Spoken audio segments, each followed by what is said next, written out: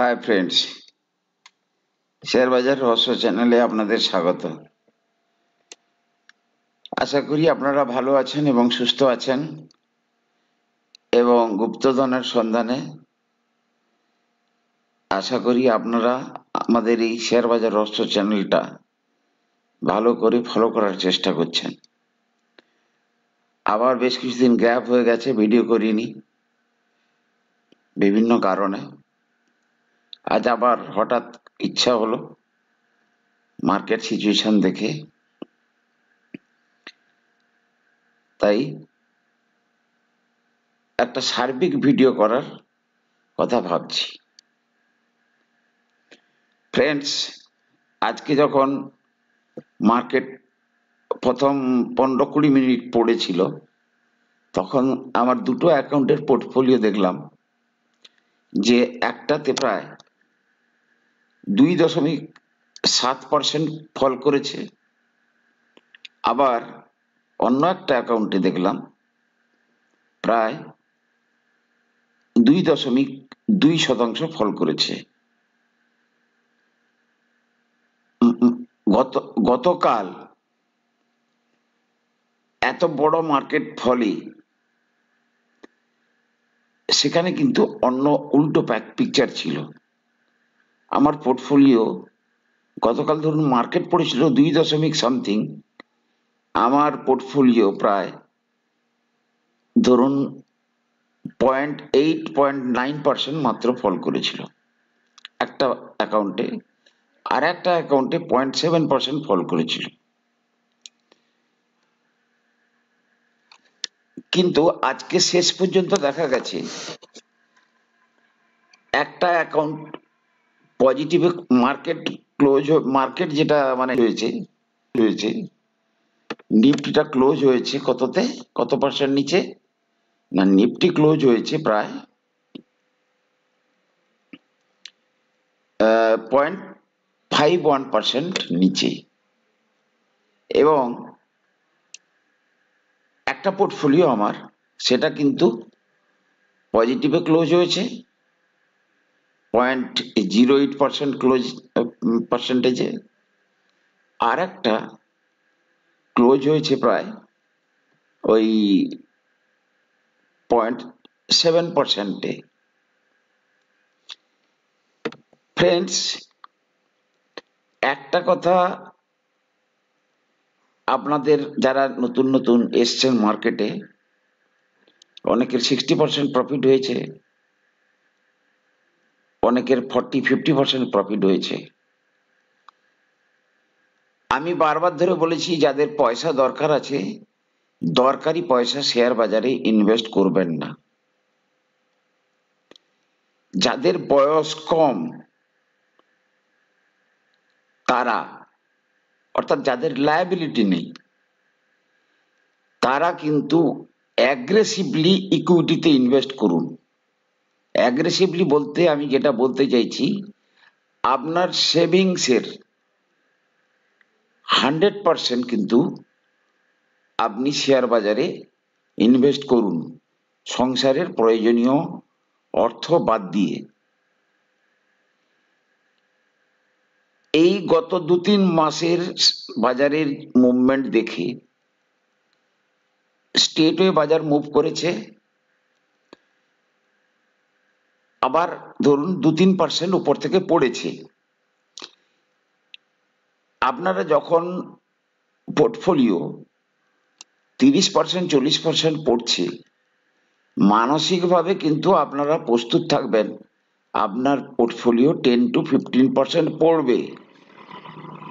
এবং আমি আপনাদের বলেছি, যদি মার্কেটে আপনার ধরুন 1 লাখ টাকা ইনভেস্টমেন্ট আছে, তাহলে কিন্তু আপনার কাছে বাফার অর্থাৎ স্ট্যান্ড বাইও রাখতে হবে। আমার অনুমান যে এই 24 সাল থেকে 30 সালের মধ্যে ইন্ডিয়ান মার্কেট যে টপ করবে, সেই মার্কেটের যে হাই হবে 2024 থেকে 2030-এর মধ্যে, মার্কেট যে টপটা করবে সেই টপ ক্রস করতে হয়তো দেখা যাবে আরো 5 বছর লেগে যাবে। অর্থাৎ বর্তমান পরিস্থিতিতে আমি 2030 পর্যন্ত ওভার বুলিশ। এর আগেও আপনাদেরকে বলেছি যে সিট বেল্ট বেঁধে টাইটলি মার্কেটে ইনভেস্টেড হয়ে বসে থাকুন। কিন্তু একটাই জিনিস দেখবেন, যাতে ফান্ডামেন্টালটা, অর্থাৎ যে কোম্পানিটা আপনি ইনভেস্ট করছেন সেই কোম্পানির বিজনেসটা আপনি বুঝতে পারছেন। এখন অনেক থিমের কিন্তু শেয়ার বাজারে আসছে নতুন নতুন, এবং সেই সমস্ত থিম যারা নিয়ে আসছে তারা কিন্তু অনেক ভেবেচিন্তেই নিয়ে আসছে। এনার্জি সেক্টরের একটা আমূল পরিবর্তন হচ্ছে, পাওয়ার সেক্টরে, ইলেকট্রিক ভেহিকল সেক্টরের একটা আমূল পরিবর্তন হচ্ছে। দেখবেন আপনার পোর্টফোলিওর কিছু শেয়ার 2030 পর্যন্ত 30 গুণ 40 গুণ পর্যন্ত রিটার্ন দিতে পারে। তাই আজকে যে সমস্ত শেয়ার আপনারা চুজ করছেন, আমার স্ট্র্যাটেজি, আমি যদি 10,000 টাকা ইনভেস্ট করি, যদি 100% প্রফিট দেয়, আমি কিন্তু আমার আসলটা বের করে নিই। আমি যদি 100 শেয়ারে ইনভেস্ট করছি, সেক্ষেত্রে আমি কিন্তু 50টা শেয়ার বিক্রি করে আমি কিন্তু আমার আসল পয়সা তুলে নিই, এবং বাকি টাকাটাকে কিন্তু, বাকি শেয়ারগুলোকে কিন্তু আমি ছেড়ে রাখছি 2030 সাল পর্যন্ত। এই স্ট্র্যাটেজিতে আমি কিন্তু সাকসেসফুল হচ্ছি। ফ্রেন্ডস, শেয়ার বাজারের বিজনেসটা কিন্তু এই রকমই।